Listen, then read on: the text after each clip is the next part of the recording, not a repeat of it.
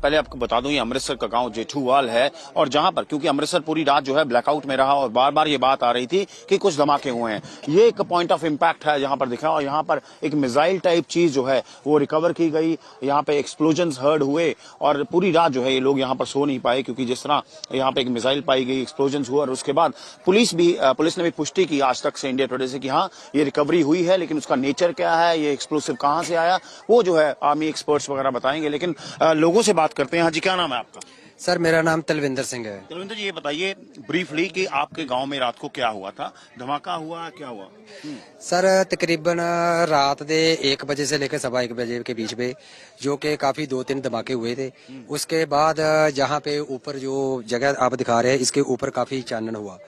ते जब सुबह लोगों ने देखा तो पिंड के गांव के जो भी लोग थे उन्होंने देखा भी छोटे छोटे पार्ट जो पड़े हुए हैं लोगों की घरों की छतों में।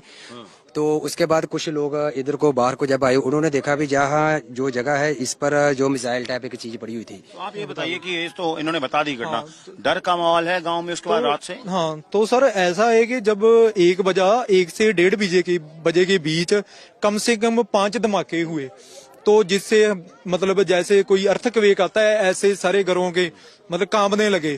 तो ऐसा है कि ठीक 1:15 बजे मैं अपने घर के टेरेस के ऊपर गया तो मैंने क्या देखा कि वहां पर ना जैसे कोई ग्रेनेड लॉन्चर आ रहा है और उसके ना बीच में भी उसके 4 टुकड़े हो गए। तो उसके जो पार्ट्स है हमारे कम से कम 20-25 घरों के ऊपर उस रॉकेट लॉन्चर के पार्ट जहां पर मिले हैं।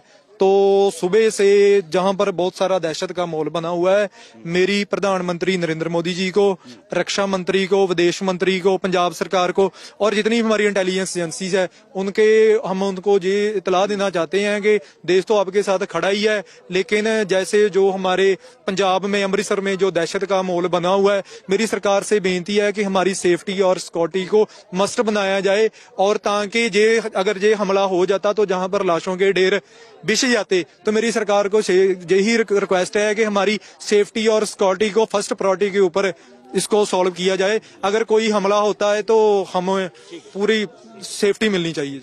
हम इस वक्त उस गांव में हैं जहां पर एक्सप्लोसिव जो है वो पाया गया है। जेठूवाल में भी कुछ रिकवरी हुई थी सुबह पुलिस के द्वारा, लेकिन अब तो गांव में लाइव एक्सप्लोसिव जो फील्ड्स में पड़ा है। तो हमारे साथ जो है यहाँ पर जो है SHO हैं इस एरिया के। अर्चन जी, आप बताइए कि ये कौन सा गांव है और क्या गांव में पाया गया है?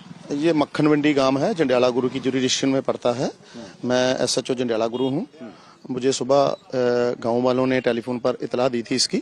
मैं मौका पर आया, ये देखा, फिर मैं अपने सीनियर अफसरों से कांटेक्ट किया और सीनियर अफसरों ने आर्मी के जो ऑफिसर्स हैं उनके साथ बातचीत की और उनको भी यहाँ पर भेज दिया है।